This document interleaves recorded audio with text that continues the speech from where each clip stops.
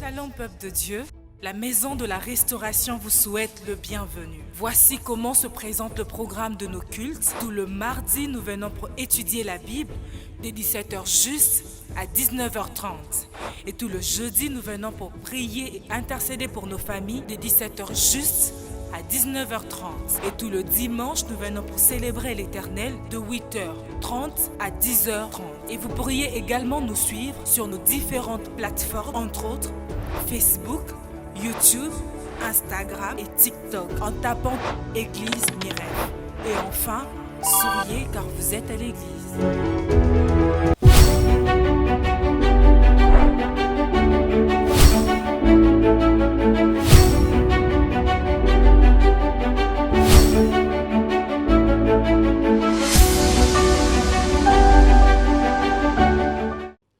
Si vous lisez dans Ésaïe chapitre 33, le verset 13, la Bible dit, vous qui êtes loin, écoutez ce que je fais. Et vous qui êtes près, sachez quelle est ma puissance. Dieu est en train de dire que ceux qui sont loin écoutent ce que Dieu fait. Ceux qui sont loin écoutent les œuvres de Dieu. Mais ceux qui sont proches savent ce que la puissance de Dieu. Et lorsque je lis le texte de l'histoire de Job, Job est en train de dire à la fin de son histoire, il dit, j'ai entendu parler de toi. J'ai besoin de retour. Mais maintenant, mes yeux t'ont vu. Mes yeux t'ont vu. Et ma prière ce matin pour quelqu'un, je prie que tu sois comme Job. Toi qui as toujours appris des choses sur Dieu. Toi qui as toujours appris des choses sur la puissance de Dieu. Je prie que tu vives ces choses vraiment dans ta vie. Alléluia. La Bible dit dans Matthieu chapitre 15, cette femme était dérangée par la maladie de son enfant. Alors, normalement, elle est venue vers Jésus pour demander la guérison de sa fille. Mais la réaction de Jésus étonne. Jésus qui guérissait le malade, lorsqu'il fut le cas de cette femme, Jésus se tourne vers cette femme et lui dit, Madame, je ne suis venu que pour les enfants d'Israël. Et Jésus utilise une image très forte pour lui dire, on ne peut pas donner le pain des enfants aux chiens.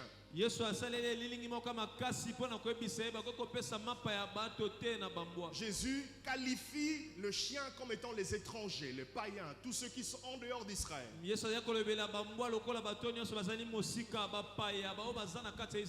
Mais j'aime l'insistance de cette femme. Et j'aime la foi de cette femme. Cette femme dit au Seigneur, Seigneur, oui, je sais que je ne mérite pas ce que je demande. Je sais que je ne suis pas enfant. Je sais que c'est les enfants qui ont droit au pain. Je sais que moi je suis peut-être chien. Mais même les chiens peuvent manger le miette qui tombe de la table des enfants. Et ce qui est arrivé, c'est que la fille de cette dame était guérie. Et vous savez pourquoi elle a été guérie? Parce que même le miette de Dieu produit les miracles. Alléluia. Le miette de Dieu crée le miracle. Laisse-moi te dire, mon frère. Laisse-moi te dire, ma soeur, ce que tu es en train de vivre n'est même pas encore le pain de Dieu. Je disais, ce que tu vis est encore le miette de la dimension de Dieu. Tu n'as pas encore goûté au pain du ciel. Tu n'as pas encore goûté à la totalité de ce que Dieu est sur le point de faire dans ta vie. J'ai reçu un prophète cette semaine qui est venu et qui m'a donné beaucoup de messages. Et il m'a même dit sur l'église, il m'a dit que ce que Dieu est en train de faire, ce que nous sommes en train de vivre, n'est que le 2% de ce que Dieu est sur le point de faire. J'aimerais dire à quelqu'un ce matin, il y a un niveau de gloire de Dieu qui arrive dans ta vie, qui va étonner le monde, et que les gens diront, mais ça c'est vraiment une main invisible qui est passée par là. Tout ce que tu peux vivre en ce moment n'est que le miette de Dieu. Mais le problème, c'est que deux fois nous devenons orgueilleux de miette de Dieu. Alors qu'il y a le pain qui arrive. J'aimerais dire à quelqu'un que le pain arrive. Tu es comme Joseph dans la maison de Potiphar. Joseph dans la maison de Potiphar pouvait croire qu'il est arrivé. Joseph dans la maison de Potiphar pouvait croire qu'il a atteint la sécurité. Joseph dans la maison de Potiphar pouvait croire qu'il était en train de vivre ce rêve d'enfant. Mais ce que Joseph ignorait, c'est que ce que Dieu prévoyait pour sa vie était plus grand que la gloire de la maison de Potiphar. J'aimerais annoncer à quelqu'un ce matin, ce que Dieu prévoit pour ta vie est plus grand que ce que tu es en train de vivre maintenant. J'aimerais t'annoncer ce matin, toi qui penses que tu es dans la maison de Potiphar et que tu es arrivé, sache que Dieu prévoit que tu sois le maître de Potiphar. Écoute-moi, servir dans la maison de Potiphar pouvait servir de fierté pour Joseph. On pouvait dire que Joseph a réussi en tant qu'esclave. Et si Joseph était un bon Congolais et un bon Quinois, il allait être orgueilleux. J'aimerais te dire, ma soeur, arrête d'être orgueilleux, d'être servante de Potiphar. Dieu veut que tu sois le maître de Potiphar. Homme de Dieu, laisse-moi te dire, tu as prié pour un malade et il est guéri. Sache que ce ne sont que le mien de Dieu. Mais il y a un niveau de gloire de Dieu qui est en train de venir, où il y aura des cancéreux qui seront guéris, où il y aura des morts qui seront ressuscités, et ces choses vont s'attacher dans ta vie. Alléluia. Amen.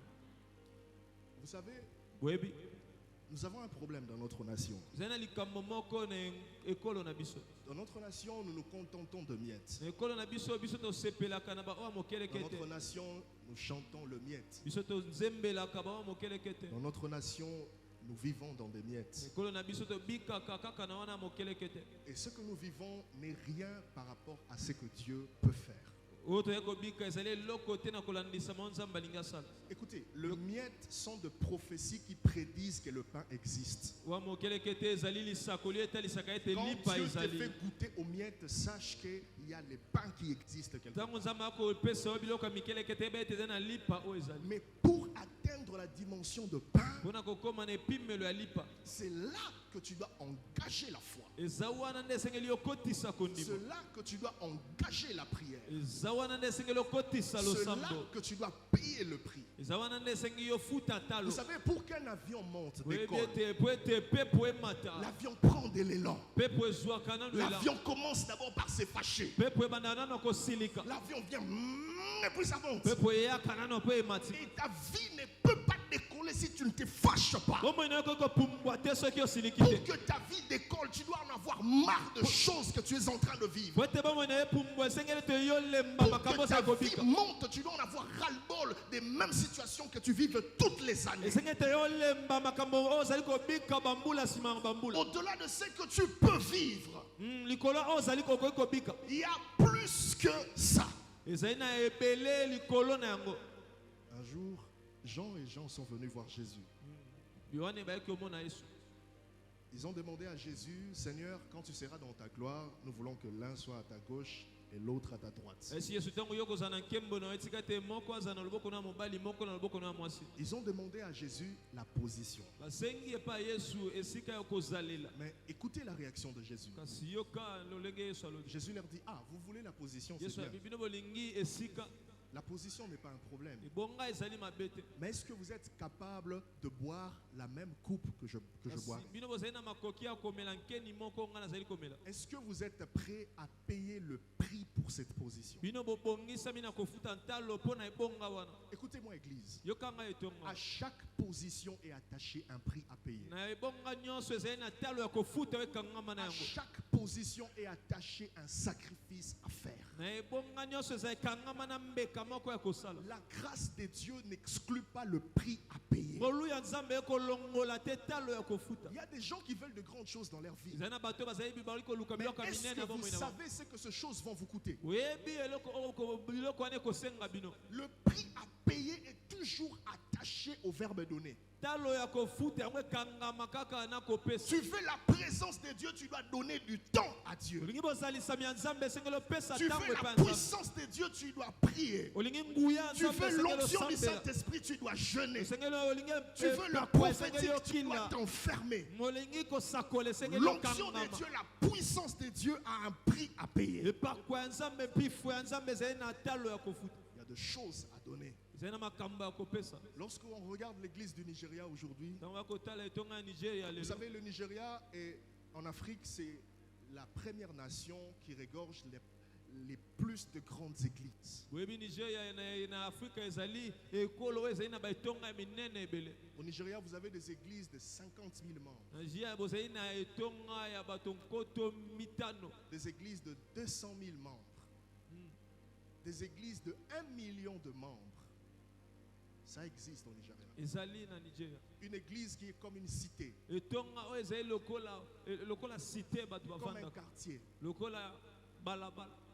Des églises où vous trouvez une chorale avec 6 000 ouvriers. 6 000 chantres. Ça existe. Mais lorsqu'on regarde l'église du Nigeria, quelle est la force de cette église? Il y a des hommes qui ont payé de prix. Il y a des hommes qui ont payé les prix pour vivre ce qu'ils vivent, pour vivre le miracle qu'ils vivent, pour vivre l'onction du Saint-Esprit, pour vivre la distinction. Bien-aimé, ta vie ne deviendra pas un vase que Dieu pourra utiliser si tu n'es pas prêt à payer le prix dans la présence de Dieu. Ma prière ce matin est que ta vie ne soit pas seulement inscrite, ton nom ne soit pas seulement inscrit dans le livre de vie, mais que tu sois aussi inscrit dans l'annale de l'histoire de ce monde.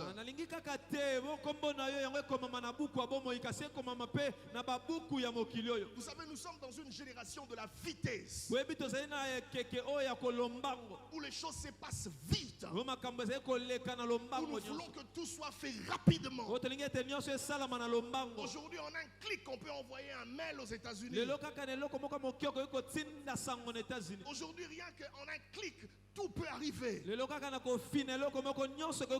le siècle de la vitesse. Et les hommes veulent conditionner Dieu aussi à opérer dans la vitesse.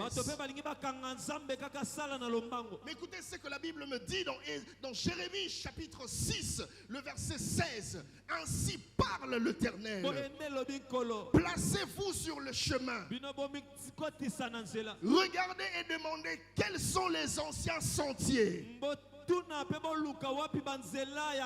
ne dit pas quels sont les nouveaux sentiers, mais quels sont les anciens sentiers. Quelle est la bonne voie? Marchez-y et vous y trouverez le repos de vos âmes.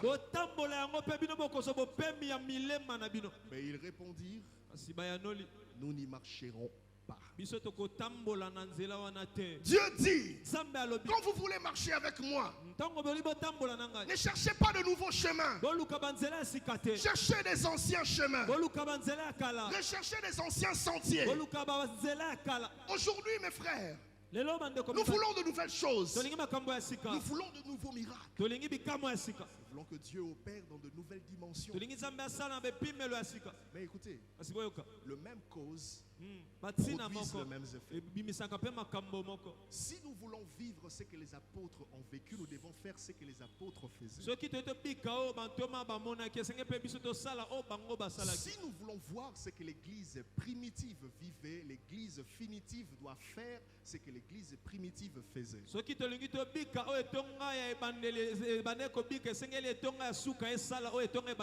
était la vie de l'église primitive? Quelle était la force de l'église primitive? Qui produisait le miracle dans l'église? Quelle était la place de la personne du Saint-Esprit dans l'église? Alléluia. Bien aimé, c'est facile de croire qu'en recevant peut-être le mouchoir d'un homme de Dieu, tu peux recevoir son onction. C'est facile de croire que par une imposition de main, on peut te transférer l'onction. Oui, l'onction peut être communiquée, peut être transférée. Tu peux recevoir l'onction d'un homme de Dieu, mais si tu n'as pas reçu sa vie, tu ne pourras pas garder son onction.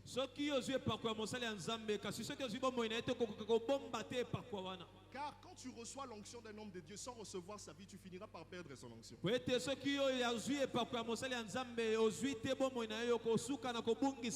Un jour dans un institut biblique, Ilaoussa a été en train de prier pour des jeunes étudiants, des jeunes serviteurs de Dieu. Ils ont dit: Père, nous voulons opérer comme toi, nous voulons guérir les malades comme toi, nous voulons travailler comme tu travailles. Il a dit: Ok, je vais prier pour vous. Il a dit: Je vous transfère l'onction. Ils ont dit Amen. Je vous transfère la puissance. Ils ont dit Amen. Il a dit: Je vous transfère mes combats. Je vous transfère tout ce que j'ai rencontré comme difficulté. Ils ont dit: Non, non, pas ça. Nous voulons seulement ton onction. Bien-aimé frère, tu veux les prophétiques. Est-ce que tu es prêt à payer le prix pour ça? Tu veux la puissance de Dieu. Tu veux guérir le malade. Tu veux être un instrument entre les mains de Dieu. Est-ce que tu es prêt à payer le prix? Bien-aimé, aujourd'hui tout le monde veut être à la croix. Tout le monde veut avoir la gloire, être assis sur le trône, mais sans passer par Gethsemane. Tout le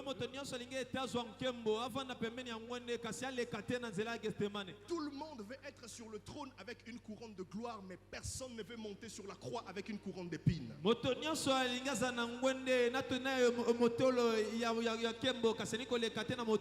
à la croix que tu es déshabillé, humilié, que Dieu te dépouille de ton humanité, que Dieu te brise, que Dieu te taille, afin de ressortir, de renaître la nouvelle personne qui doit impacter. Je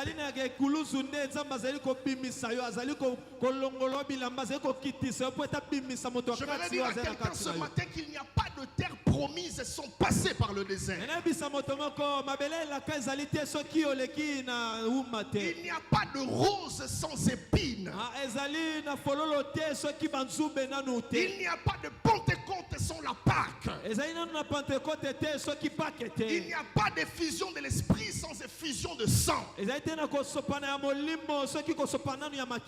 a pas de prix à gagner sans le prix à payer. Et mes frères, nous devons arrêter à vouloir la facilité avec Dieu. Alléluia. Amen. Il n'y a pas d'huile d'olive sans la destruction de l'olive. Aujourd'hui, nous utilisons l'huile d'onction. Nous utilisons l'huile d'olive. Mais pour avoir l'huile d'olive, on doit presser le fruit d'olive. L'olive doit mourir. Il doit passer par un processus de brisement, de transformation pour ressortir l'huile. Tu veux que Dieu t'utilise, tu dois mourir à toi-même. Et l'un des prix à payer important dans la marche avec Dieu, mes frères, par rapport au texte que nous venons de lire, il s'agit de l'isolement. L'isolement. Un homme de Dieu disait, si tu n'as pas connu la voie de la solitude, c'est que tu n'as pas encore commencé le ministère. La solitude n'est pas forcément être loin de gens.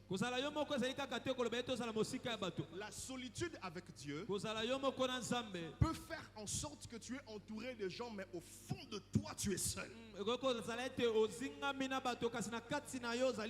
C'est-à-dire qu'ils ne savent pas ce qui est en train de se passer au-dedans de toi. Et souvent Dieu travaille comme ça. Avant d'utiliser Moïse, il conduit Moïse dans un temps de solitude, loin de la vie qu'il menait, loin de sa famille. Il le conduit dans le désert. Et là Moïse passe 40 ans de solitude. Dieu l'emmène dans un temps d'isolement. Et c'est là que Moïse fait l'expérience du buisson ardent. C'était le prix à payer pour l'onction. Moïse qui a grandi dans la maison du roi. Moïse qui avait reçu l'éducation d'un prince. Moïse qui avait grandi dans un palais. Il se retrouve désormais loin du palais. Il devait changer ses habitudes. Il devait changer son alimentation. Il devait changer son accoutrement. Il est devenu le berger du troupeau de son beau-père. Lui qui était prince au départ. Mais quand je regarde Moïse, toi qui avais bien commencé, comment ta vie peut tomber aussi bas, Moïse? J'aimerais dire à quelqu'un que n'abandonne pas lorsque ta vie est en train de reculer. J'aimerais dire à quelqu'un que lorsque tu sens que ta vie est en train de régresser, n'abandonne pas Dieu. Ce n'est pas une régression, mais c'est une direction que Dieu est en train de te donner. Dieu est en train de te travailler pour te perfectionner pour les choses à venir. Car tu ne pourras pas rencontrer le buisson ardent dans le palais de Pharaon. Mais tu dois être dans le désert. C'est là que tu rencontreras Dieu. Deux fois Dieu t'emmène en bas pour te préparer pour de choses élevées. Deux fois Dieu t'emmène, il te fait reculer pour te faire propulser. Et ce matin je prie dans la vie d'une personne que Dieu l'emmène dans les hauteurs au nom de Jésus. Je suis venu te présenter le Dieu qui est capable de prendre ta vie en bas et la transformer. Je suis venu te présenter un Dieu qui est capable de te prendre dans la faiblesse et te donner de la force. Je suis venu te présenter un Dieu qui peut te prendre vide et te perfectionner et te remplir.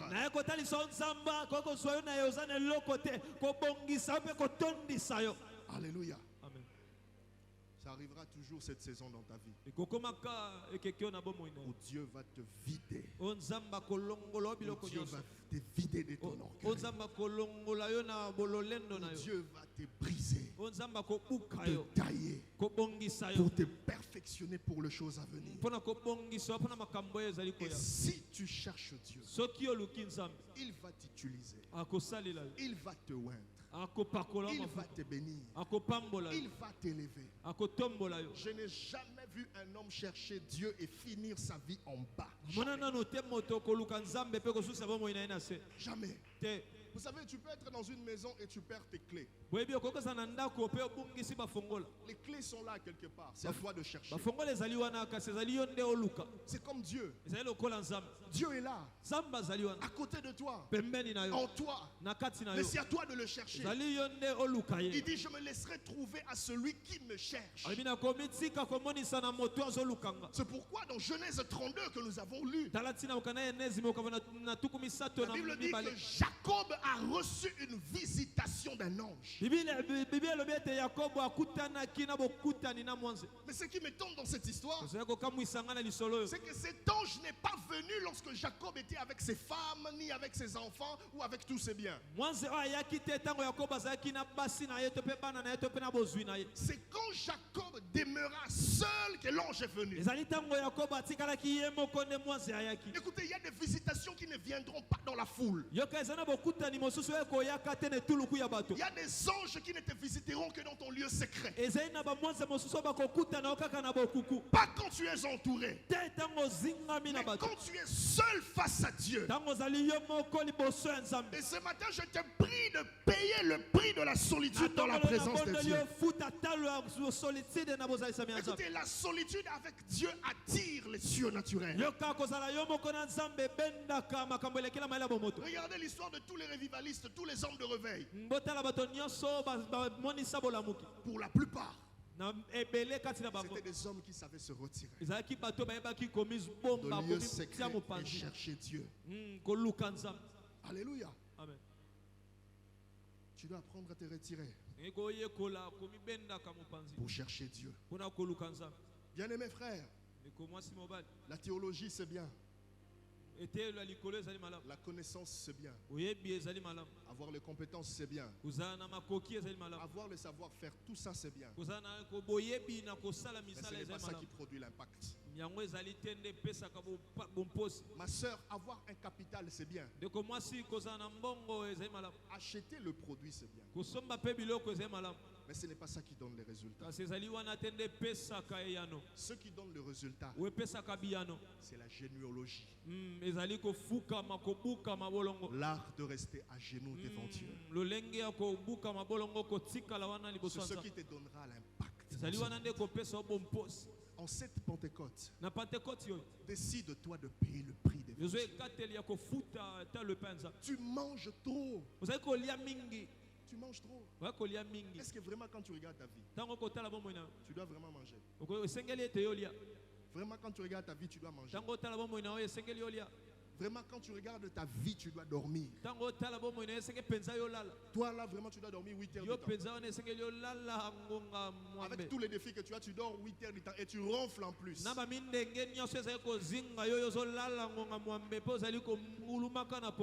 Peut-être que pour ta vie ça va. Fais un tour chez vous à la maison dans ta famille. C'est là que tu te rendras compte que c'est là que tu te rends compte qu'il y a encore des défis dans ta famille. Tu dois payer le prix. Tu dois payer le prix. Alléluia. Tu dois payer le prix. Tu dois payer le prix. Dieu conduit Israël dans un pays, il dit le pays où coule le lait et le miel.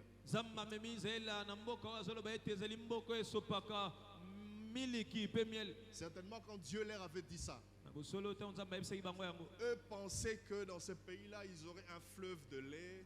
Où le matin ils vont commencer à aller puiser le lait. Et puis il y a des arbres où il y a le miel. Non, quand Dieu disait un pays où coule le lait et le miel, pour avoir le lait, il fallait qu'il fasse l'élevage. Il fallait faire l'élevage de bétail. C'est ce bétail-là qui produira le lait.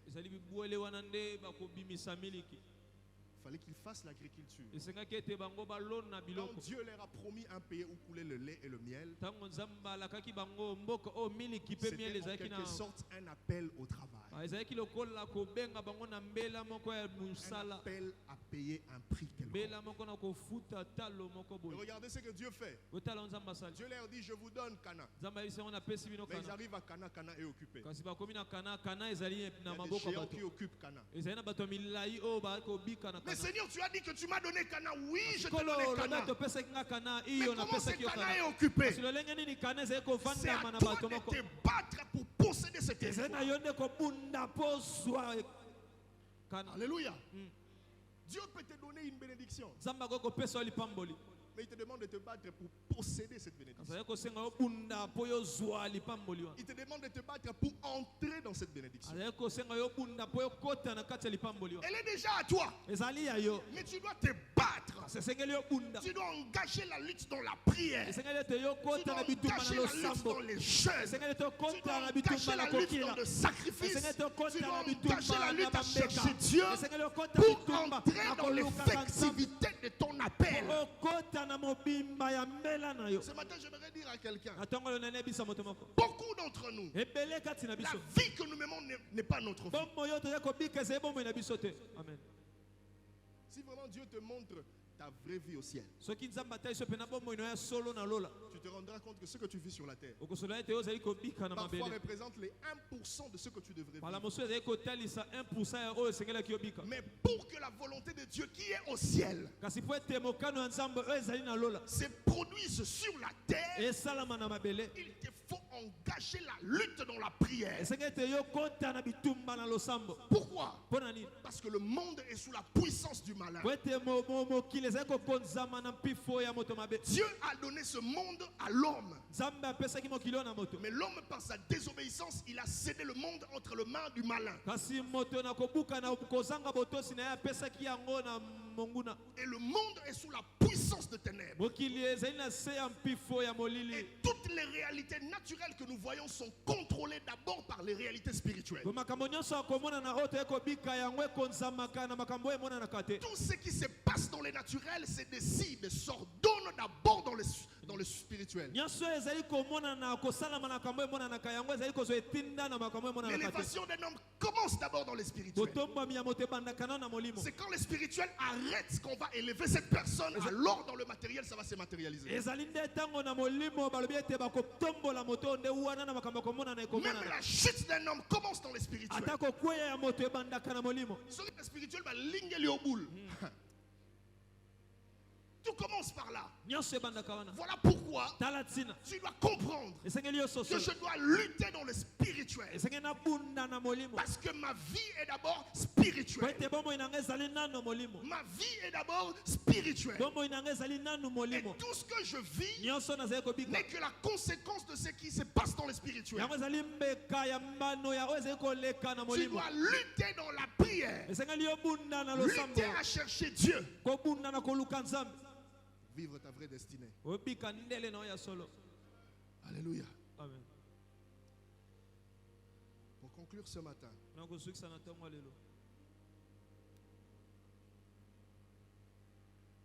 j'aimerais dire à quelqu'un,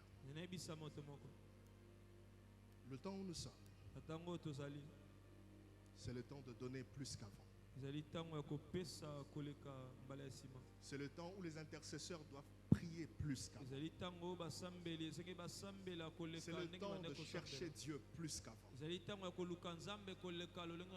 Si tu veux vivre ta vraie destinée, si Jésus-Christ, qui était fils de Dieu par essence, a compris que je ne peux pas commencer mon ministère sans la puissance du Saint-Esprit, a compris que je devais faire face à de défis et j'aurais besoin de la puissance de l'Esprit. À combien plus forte raison, moi et toi? Ce matin, je prie, Seigneur, que tu me rendes profond. Que tu nous rendes profond. Que tu fasses de nous une église profondément engagée dans la prière. Ce matin, Père, je prie que tu fasses de nous un peuple engagé dans la mission.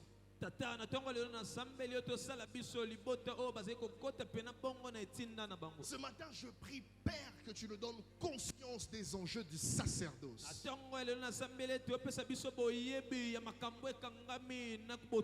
cette Pentecôte, Père, je prie que tu ranimes notre esprit. Et je prie qu'un esprit de prière tombe sur ton peuple. Et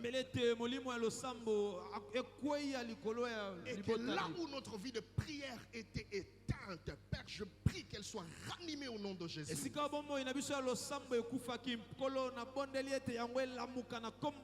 allons nous tenir debout et prier pendant 2 minutes. Et pendant les 2 minutes, j'aimerais que tu pries le Seigneur. J'aimerais que tu dises seulement à Dieu: Seigneur, réveille mon esprit. Ranime mon esprit. Fais de moi un homme de... Shalom peuple de Dieu, la maison de la restauration vous souhaite le bienvenu. Voici comment se présente le programme de nos cultes. Tout le mardi, nous venons pour étudier la Bible dès 17h juste à 19h30. Et tout le jeudi, nous venons pour prier et intercéder pour nos familles dès 17h juste à 19h30. Et tout le dimanche, nous venons pour célébrer l'Éternel de 8h30 à 10h30. Et vous pourriez également nous suivre sur nos différentes plateformes, entre autres Facebook, YouTube, Instagram et TikTok, en tapant Église Mirel. Et enfin, souriez car vous êtes à l'église.